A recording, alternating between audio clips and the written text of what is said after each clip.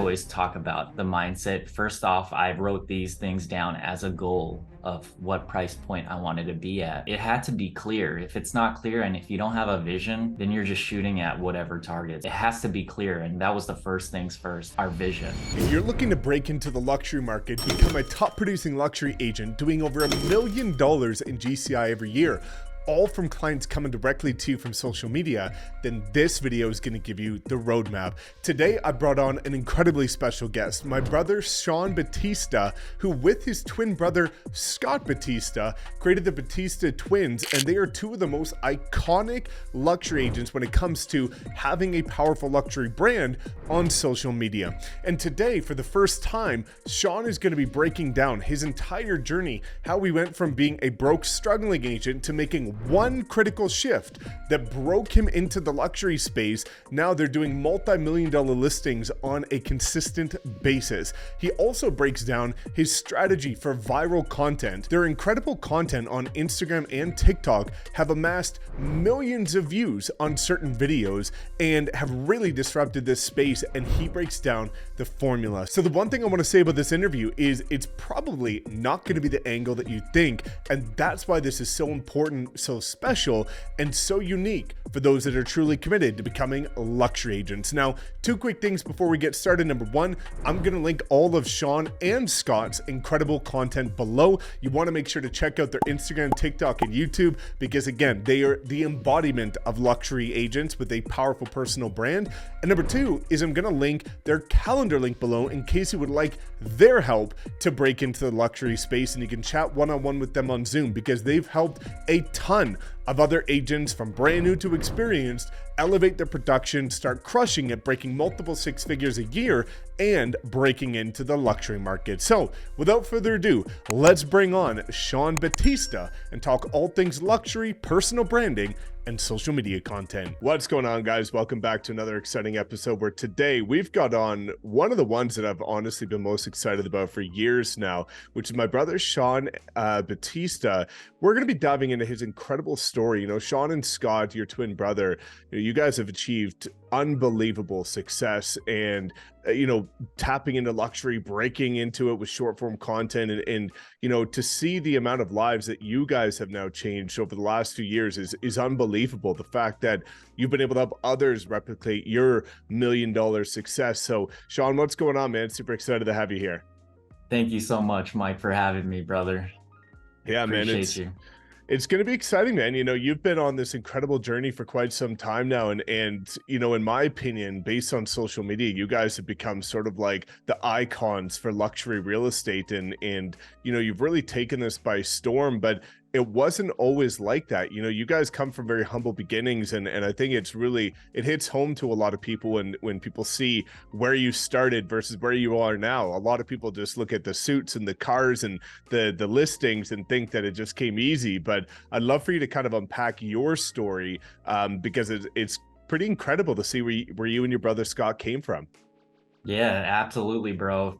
Just so you know, I started off washing cars making $750 an hour. So people that see me and think I'm cocky online, I'm showing them what can be done, and that it is a process, it is a journey. But started washing cars, that was my first job. And then from there, I knew I had to do better. Even though I was washing cars, I was still like doing it the best, making sure I was the best at it. Moved into parts department, did that for a year. Got tired of it, and then someone said, "Hey, Sean, why don't you get into sales?" And I said, I don't know if I want to do that. I don't know if I want to be a sleazy car salesman. And so I just said, okay, it's a new challenge. Let me do that. I was 21 years old at the time. Scott and I actually were getting ready to take our tests for real estate in 2006, by the way. Wow. Yeah. And I took the classes with him, but as a car salesman, when I became a car salesman, I became the top salesperson in the first 3 months of doing it. And I was making money a lot faster.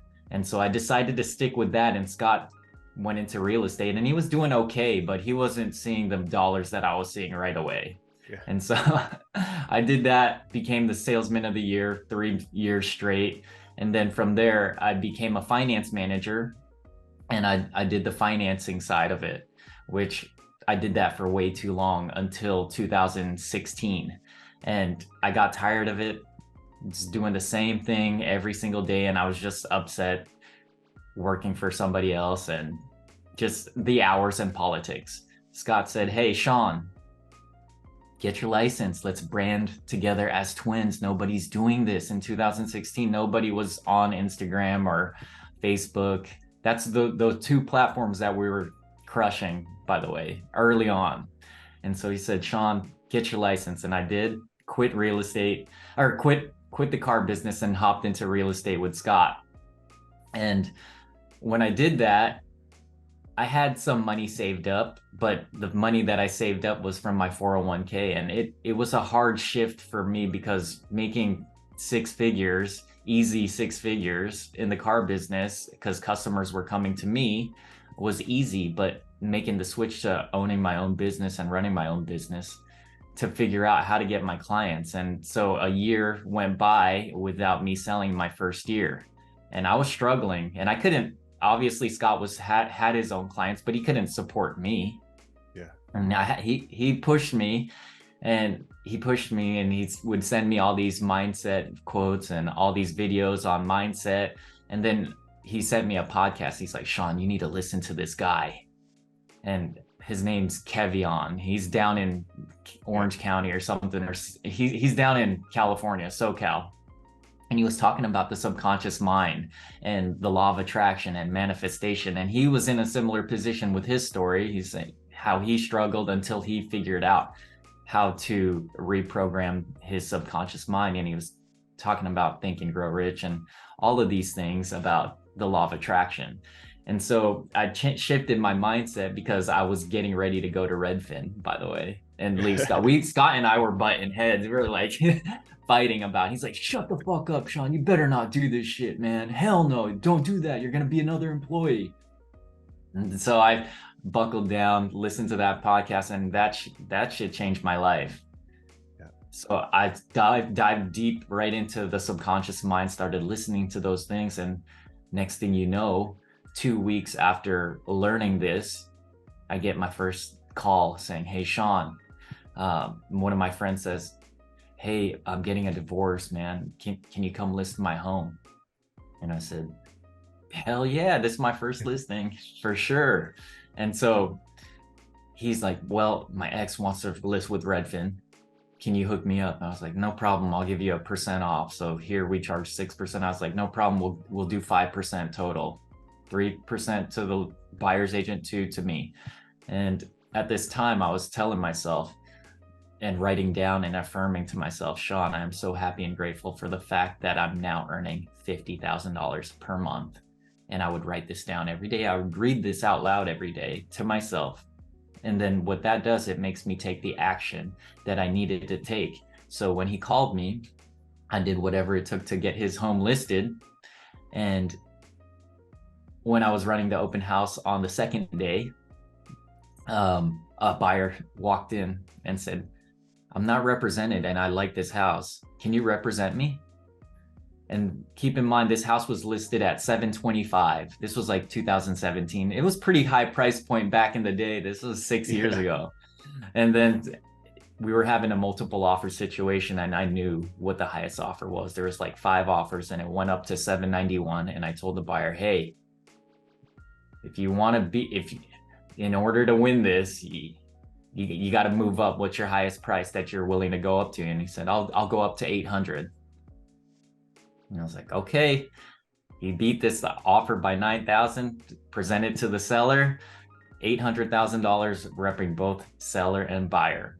If I do the calculation, that's, I think, $40,000 in my account, or well, yeah, commission, a $40,000 commission. It wasn't quite 50,000, but it was close enough.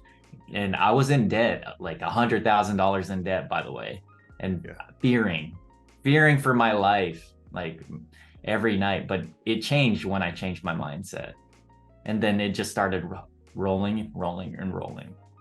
I love that, man. That's so powerful. I'm excited to unpack that because I've seen that you guys are just incredible role models to people of what's possible when you commit to it and truly believe in what you're capable of achieving. And I think, even before we start going into some of the tactical stuff that you guys have done on social media, I'd love to pull it back for like a couple minutes even further, because a lot of people are going to see that, okay, you started as a car salesman or washing cars, but like, talk to me for a couple minutes about where you actually grew up, because I think a lot of people use this excuse of like, I came without money and my parents didn't have this and I didn't have that, so I don't have the same opportunity as Sean and Scott or Mike. And I think, your past is going to prove that that's very much not an objection. It's actually something that should become inspiration. For sure, bro. So we grew up pretty decent. Like I'd say for the first 10 years of our life, until my dad invested into a restaurant and lost all the money and went bankrupt. And then this was in New Jersey. We grew up in New Jersey, and then we had to move to Seattle. My mom wanted to move to Seattle where all her sisters were living. When we did that, we moved into one of my aunt's homes in Seattle, and she already had 2 kids and a husband, and our whole family moved there. So we're a family of 5. So I have 2 other brothers. I have Scott and my older brother, and then my mom and dad. And we all stayed in 1 bedroom at my aunt's house for like 2 months while my dad got on his feet to find a minimum wage job to move us into an apartment.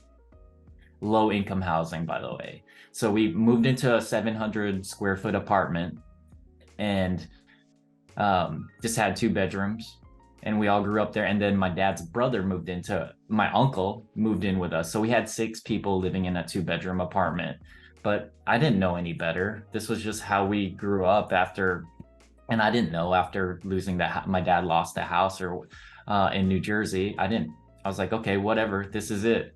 But then I realized that I didn't want to live this way and to continue to live this way. When I was young, something sparked in my mind. I was like, I don't want to live like this. There's more to life than this. But I am thankful for my parents. They did work their asses off. I don't know how the hell they supported 3 boys with minimum wage and a car and yeah, just little punks, running around. But that's pretty much how we grew up. Didn't have it. Parents didn't buy me a car, nothing. We started working early at a young age. I love it, man. That really sets the tone, just to show people that, you guys didn't come from connections and wealth and luxury, and that wasn't what you were born into like some people were. You guys really built this from the ground up. And I'd love to kind of take it in that direction of saying, okay, you started manifesting, $50K a month, you're getting there, you're building momentum, you're getting clients.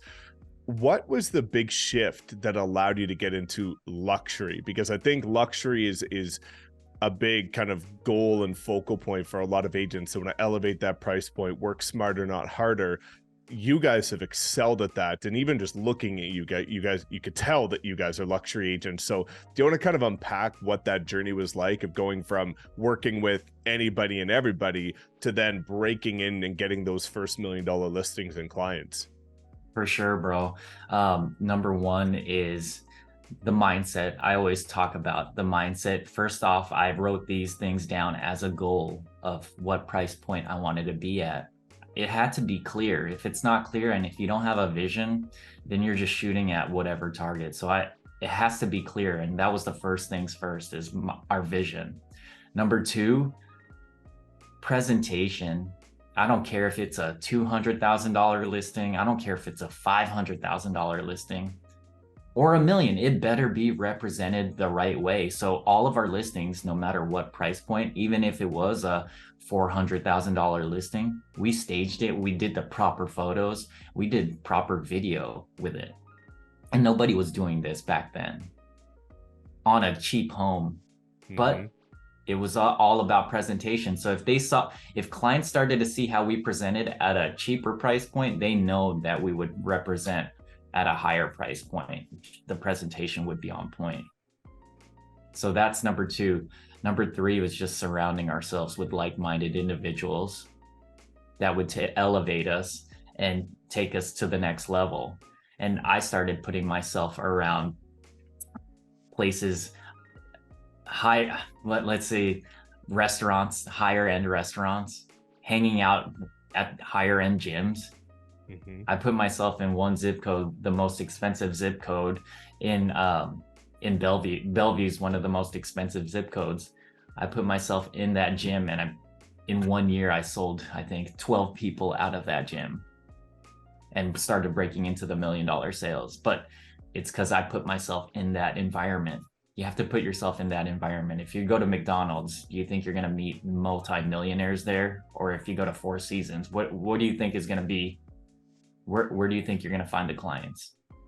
So that's pretty much how I broke into it, is just putting myself in that environment. Yeah, I think there's a lot of weight behind, again, as you're alluding to, like, you know, you have to surround yourself with people that are at the caliber that you want to get into, and you know, at the end of the day, you're a byproduct of your environment. So change your environment if you want to change your business and your life. And I think, you know, two things that I really love to unpack is kind of cars and the image with suits, right? Because I think, you know, we could start with cars, because that's how I broke into the luxury space. Again, as you talked about, hanging around people that are at the upper echelon. Like if you're hanging out at a BMW meet, well, you're probably going to meet maybe middle class people, which is fine. That's what I had. But even though I had a BMW, I went and parked in the furthest corner where nobody could see, but I went to the exotic car meets. And at the end of the day, when you can tap into a passion that's very genuine, and you can talk to people about something that is not salesy, it's not related to real estate, the conversation eventually comes up, but now you're around people that are like-minded. So do you want to kind of talk about what that passion of cars was able to do in terms of breaking into that ecosystem? For sure, man. Cars have always been something that I've been into growing up, even though they weren't luxury at the time. So I grew up working on cars, racing cars, and going to the racetrack all the time. And I love race car, just going on an actual track and doing races. And I started at a young age and hanging around those people, but we would go to car meets. And here's how it started. Scott and I, well, he invested in an M3, and I was working at BMW at the time too. So he got an M3, and those were hot cars back in the day. I think it was like 2015 or 16 is when we did it. But we started using those for going to car meets, but also for branding ourselves on social media. Meeting those people, but going and meeting those people at the racetrack because we had the same passion. Being able to talk to those people and build rapport with those type of individuals, racing cars and loving just BMWs, sports cars. We were able to build the clientele from that as well, just because they knew they could trust us by the rapport that we had already. So if you're able to build rapport with somebody, and it's not just cars, it's something that you have in common with somebody, they're more willingly to trust you. They're to do business with you. So yeah, that's pretty much how it started. M3, C60, Mercedes C63S, and then the Porsche 911s. It just gets better and better and better. But yeah. I love that, man. That's super cool. Very similar journey to me, and it's exciting. You know, I got my hair cut yesterday from the barber that used to cut my hair. The last time I saw him was the day that he cut my hair for my real estate announcement photos. And he's like, Mike, you were always saying that one day you'll be driving a Lamborghini, and here I show up 6 years later in one. And I think, you know, that manifestation goes back to what you were talking about, think and grow rich, and you know, speaking it into existence. Now, you know, you and your brother Scott dress to, you know, to the finest level. And I think one of the things that's really important, and I always talk to people about this, is you have to dress for the job that you want, not the one that you have. Because I see a lot of agents that come to me, and I'm sure they come to you as well, that say, you know, Mike, I want to tap into luxury, I want to get $1 million listings. And I'm like, well, that's cool, but you're wearing a t-shirt and khakis or a polo and slacks. Like, you know, if I worked my whole life to buy a $3 million property, and I'm looking at who should list this property with my hard-earned money, am I going to pick the one that looks like the luxury agent, or one that looks like they're treating this as a casual part-time. So do you want to kind of talk about that evolution of how you actually present yourself in terms of breaking into that scene as well? For sure. My dad, he would lay GQ magazines. He was a sharp dresser. My dad was, and he still is. He's a pretty cool dad. He was a sharp dresser, but he would lay GQ magazines just on our coffee table. And I would just look through them as a kid, and I would see my dad. I'm like, okay, this guy's put together, well put together. But it's a level of respect that people see from you, and they see you, they see me. I walk in, it's so funny. I walk in anywhere, and the eyes and the attention are all of a sudden, okay, wow, this guy's well presented. Let me have a conversation with him, or let me give him a compliment about how well he's dressed. A lot of people come up to you and they'll treat you differently. So if I'm in like my workout clothes and I'm going to the stores or whatnot, people are like, okay, who's this guy? Who's this kid? I'm not going to take him seriously. But when I walk into a store, seriously, the same store, and I'm wearing a suit, everybody's like talking to me and they're like, oh, wow, nice suit. They're complimenting me, and they're wanting to have a conversation. It's just a presence, something about the presence that wearing a suit, just the confidence it gives me. With that being said, we started, it wasn't expensive suits, by the way, that we were putting on. We're just starting off with like these cheaper, $200 suits. We couldn't afford like $3,000 suits or whatnot. And I still don't even buy 3,000. You don't have to have that crazy of an expensive suit. As long as it's fitted on you and it looks decent, you don't have to go crazy.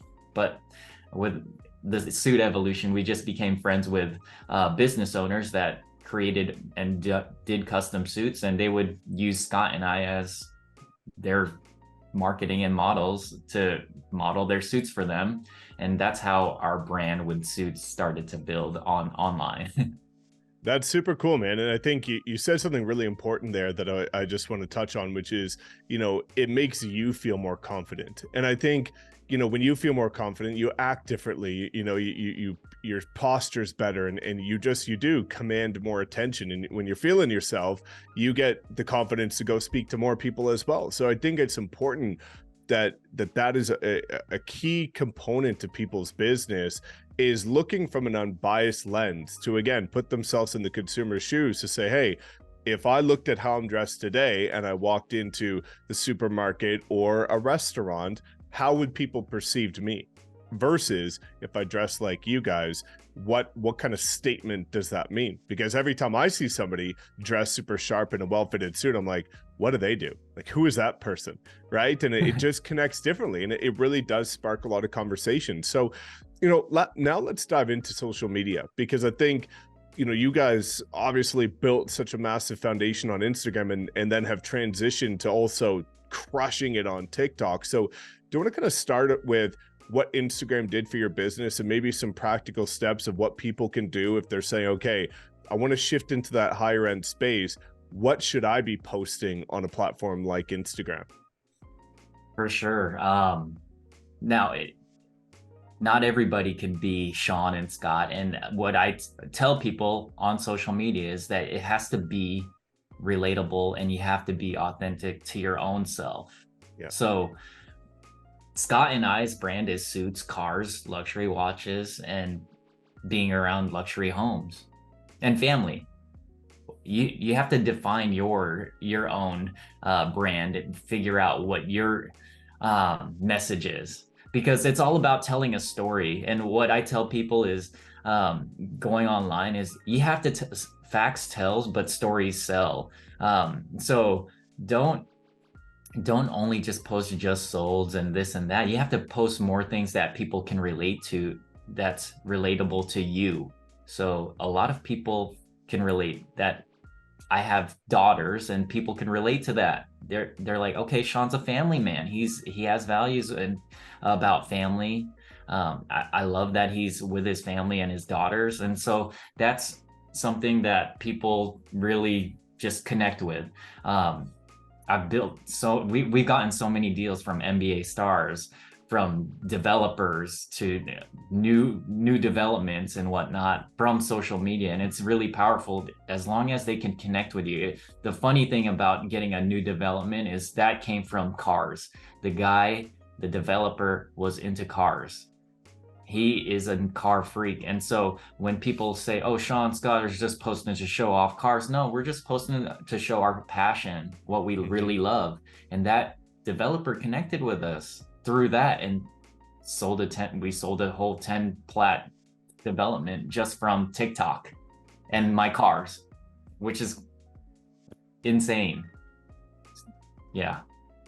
Yeah, that's really powerful. And I think, looking at how authentic you guys are, and that the fact that you talked about storytelling and connecting with people that are relatable, because with you, I think, when I look at the pillars of content that I would relate to with you guys is, okay, they're family men. Oh, they're into fitness. They lift, they take good care of themselves. They're healthy, and they're into cars. Like, it's very easy to go on your social media and not just see a Homes and Land magazine of luxury properties. Like, you get to actually know who you are to the core. And I think it's important for people to take that message and say, if I looked at your Instagram, can I tell who you are and what's important to you?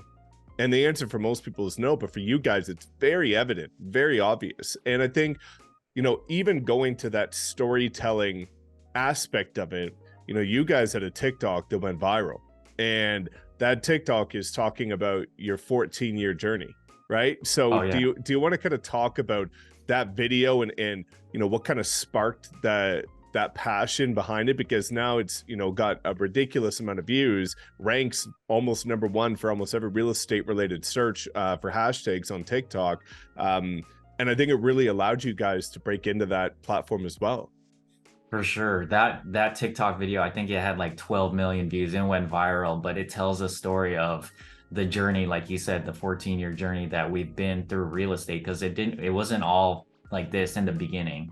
I'm gonna tell you, I had to just give the real facts. You got to be real on there and just be authentic. Like, when I say being authentic, it can't just be, oh wow, these guys are only Porsches and only high-end luxury. No, it starts off with, okay, here's how it started: washing cars, not selling a home in my whole first year in real estate, to struggling and being in debt, to I lost a house, I lost cars, or got my car repossessed. But it told a story each year, and then it got better and better and better, to where we are now. So, and partnering with you guys and the Wolf Pack. But every year it gets better, because that's what life's about. It's about growing and showing gratitude every single day. I love it, man. Yeah, that seeing the impact that one video made is incredible. And I think, again, the fact that it's impossible for people to watch that and try to discount what you guys have done, or just say that it's luck, because you proved that it was relentless work ethic. So, when it comes to social media, people are always looking for kind of that tactical advice of saying, when you're creating this content, did you get started by going out and doing a photo shoot once a month, or did you batch your content? Or, like, when you were kind of getting started before you built this incredible luxurious brand, how did you go about actually creating content that was such high quality? It all just started with our phone. That's what it started with. Our phones can do all the work. You don't need like the craziest videographer. You don't need the best, craziest camera. Your phones do the work. And the hardest thing about doing content or anything is just getting started. So I just started, man, and started doing it. It was imperfect in the beginning. As long as you're taking action and doing it and not caring about what others are going to say about you. I didn't care about at first I thought I was going to care about what others were going to think about me, because I was posting too many things about myself. But you got to get rid of that perfectionist mindset. You got to get rid of that and just start, because it's just like going to the gym. The hardest thing is getting up and deciding to go and having that battle. It's the same thing with social media. So just start. That's what I have to say.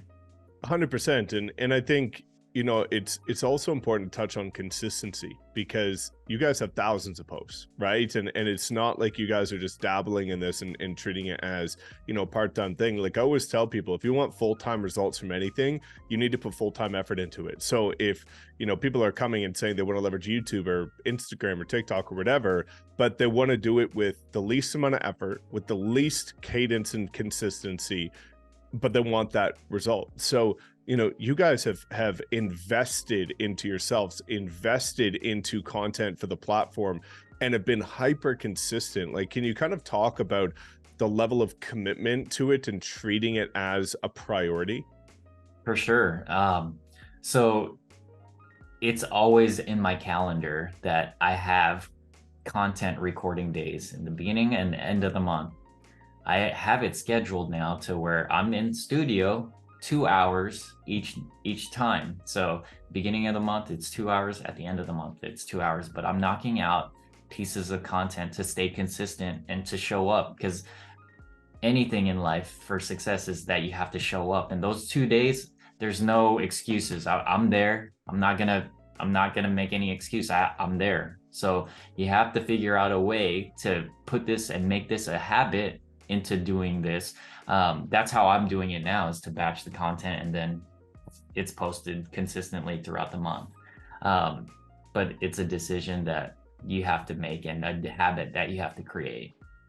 100%. So yeah, making it a priority, and if it's not in your calendar, it doesn't exist. And I think you guys have done well with that. But one of the things that you guys have done better at than almost probably anybody they've ever seen is you've also got a very systematic approach to engaging with people. And I think a lot of people look at social media as this one-sided thing where it's like you post and forget, no engagement, doesn't matter, it is what it is. But you guys treat it as a two-way dialogue and a way to communicate with your audience. So do you want to kind of talk about, the way you go about approaching it to create that engagement and that sense of like, know, and trust and community?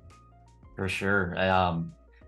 Relationships equal revenue. So if nobody knows what that means, is I'm building relationships all the time on social media. I'm connecting with you. I'm having conversations with you. I make it a point to have conversations with people. It's in my that's in my calendar. Every day for an hour, I'm having conversations and having DMs with other people on there. And I'm just creating a relationship with you. I'm not selling anything. I'm just talking to you. We're just talking, and these lead to transactions. These lead to deals. This is the thing. People don't have, they don't use social media to be social, which is so funny to me. Yeah. I'm like, if I DM you and you don't comment or you don't like reply back to me, I'm like, are you being like, that's kind of weird to me. Yeah. But you got to be social on there. And if you're not, how are people going to connect with you? I have conversations daily, like literally daily with people. 100%, man. I think, it goes back to the concept of treating it as a tool, not a toy. And a lot of people, just are spending time endlessly scrolling. But like, if you really think about it, as you talked about in terms of being social on there, and in an hour of being very intentional on the platform is very much equivalent to a modern way of an hour of cold calling, right? Like you're essentially creating warm dialogue around the industry with people that have engaged with you. And I think there's a lot of importance behind that. So, as we start to kind of pull this full circle, there's always something I like to unpack, which is, that first year didn't go as planned. And I would love for you to maybe touch on some of the mistakes that you might have made in that first year that kind of threw you for a bit of a loop. And then for the people that are saying, okay, I didn't have a good last 12 months, but I'm ready to make a change, looking at that kind of side of things too. Okay, yeah. First off, the number one mistake was my mindset. I had to get rid of that fear and that employee mindset of getting paid consistently. So this is why realtors quit in the first 2 years, is because they're not seeing a consistent paycheck every 2 weeks or however consistently paid they get as an employee. But I had to get rid of the fact, because 4 months in, a year in, I didn't see anything. Anybody would get, a lot of people would give up, I would say. after a year of not selling. And this is the thing, is you have to stay strong, and you have to figure out and not fear, and not have that fear mentality and lack mentality, and create an abundance mentality, a wealth and abundance mentality. So my number one thing is you have to change inside of you before you can start asking for people to do business with you, because people will sense the energy that you're putting out. If you're, I need this, I need that, or I need you to do a deal with me, they're gonna know that you're way too like thirsty. Now, if you're cool, calm, collected in your energy, this is a whole nother topic, but your money is just a transfer of energy. And if your vibrations and everything is high enough, that's all it is you just got to get to a higher vibration for people to do transactions with you, which it's all about self-improvement. 100%. Yeah, I think, we always talk about the fact that the only way to lose is if you give up. And if you never give up and you change your perspective, like, a lot of people are operating out of so much fear. And, you talked about the law of attraction earlier, which is if you're always, your thoughts control your emotions. And, one of the things that Ed Milet told me when I was with him in person was your thoughts are just you answering your own questions. So ask yourself better questions. So if you're always asking yourself, why am I not here? Why am I not doing this? Why am I not achieving that? Well, you're always going to stay in this negative perspective, and that's what you're going to attract. Whereas if you start thinking to yourself, what if I do this? What if I achieve this? I know I can do that. Well, now you start to put yourself again in that different vibrational frequency of attracting positivity and growth. So I think that's really powerful. Now, for people that are saying that they're going to get started today, what would one kind of tactical piece of advice be? And you've helped so many agents scale their production. And I think one of the things that you've really done well with is helping people identify their niches and their opportunities. Like looking at Hark, being able to say, hey, what if you just adjust the price point of the open houses that you're dealing with? And that made a complete shift in his business. So do you have any kind of tactical advice for people? Say, okay, I'm going to get my mindset in check, but what would be one thing that I could do going forward that will help me maybe break into that new space? For sure. Having a system, first of all, the number one, have the system of how many open houses are you going to do? Because this is how I broke into that space. I started doing open houses at higher end listings because I believed that I was there. So create a plan for how many opens are you going to. I did it every weekend, no matter if people showed up or if there was 10 people showing up. But how I broke into my first luxury listings was holding those luxury listings and calling the agents and saying, hey, I know I could sell these. I know I could sell this house. Schedule me for, even if it wasn't my listing, I said, let me hold the open house because I know I can sell it. So I did that every single weekend until I broke. One of my next deal was like $1.5 million. And this was in 2018 or something like that. 2 years into it, $1.5 million. And I was like, this was a high price point at that time. And so schedule opens for higher end listings. Number two, put yourself in an environment. I had to put myself in a gym, in an expensive gym where people had the money to spend, or I knew they were affluent. I knew they had money. They had nice homes. I put myself in a gym. Put yourself somewhere, get yourself uncomfortable, and put yourself in an environment where you can meet those people. So that's number two. And number three, reach out to people on social media. It's not not just you posting, but also have conversations. 15 conversations minimum a day, daily. It's a numbers game, everybody. You got to put in the work though. So put that as a plan. 15 people a day that you contact daily and have conversations with.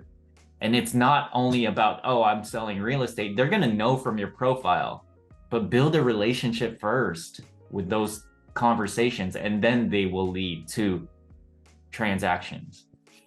100%, man. I love that. Like, you said it perfectly. You said it's a numbers game. And if you put numbers in your favor based on volume, there's almost no way you can't win. And a lot of people don't understand, they overcomplicate real estate. At the end of the day, it's how many conversations of people are you meeting a day? Because all that it boils down to is how many people you know and how many people know you. And if that number is higher, you will get business, right? So, the fact that you just are immersing yourself, and I love that you said 15 people a day, and I know Hark has a goal of putting at least 10 people a day into his database, but if you do that consistently, you will get business. It's just math, right? So, as we start to pull that full circle, you guys have helped catapult new agents' businesses into six-figure months, and people that were struggling before going and absolutely blowing it up after aligning with you. So, I'd love for you to kind of maybe unpack why you guys ended up partnering and leaving Compass to partner, with us at EXP, and what can people expect when now partnering with you, for people that are looking to break into that luxury space and change their lives too. For sure. The reason why we did that is we had a bigger vision.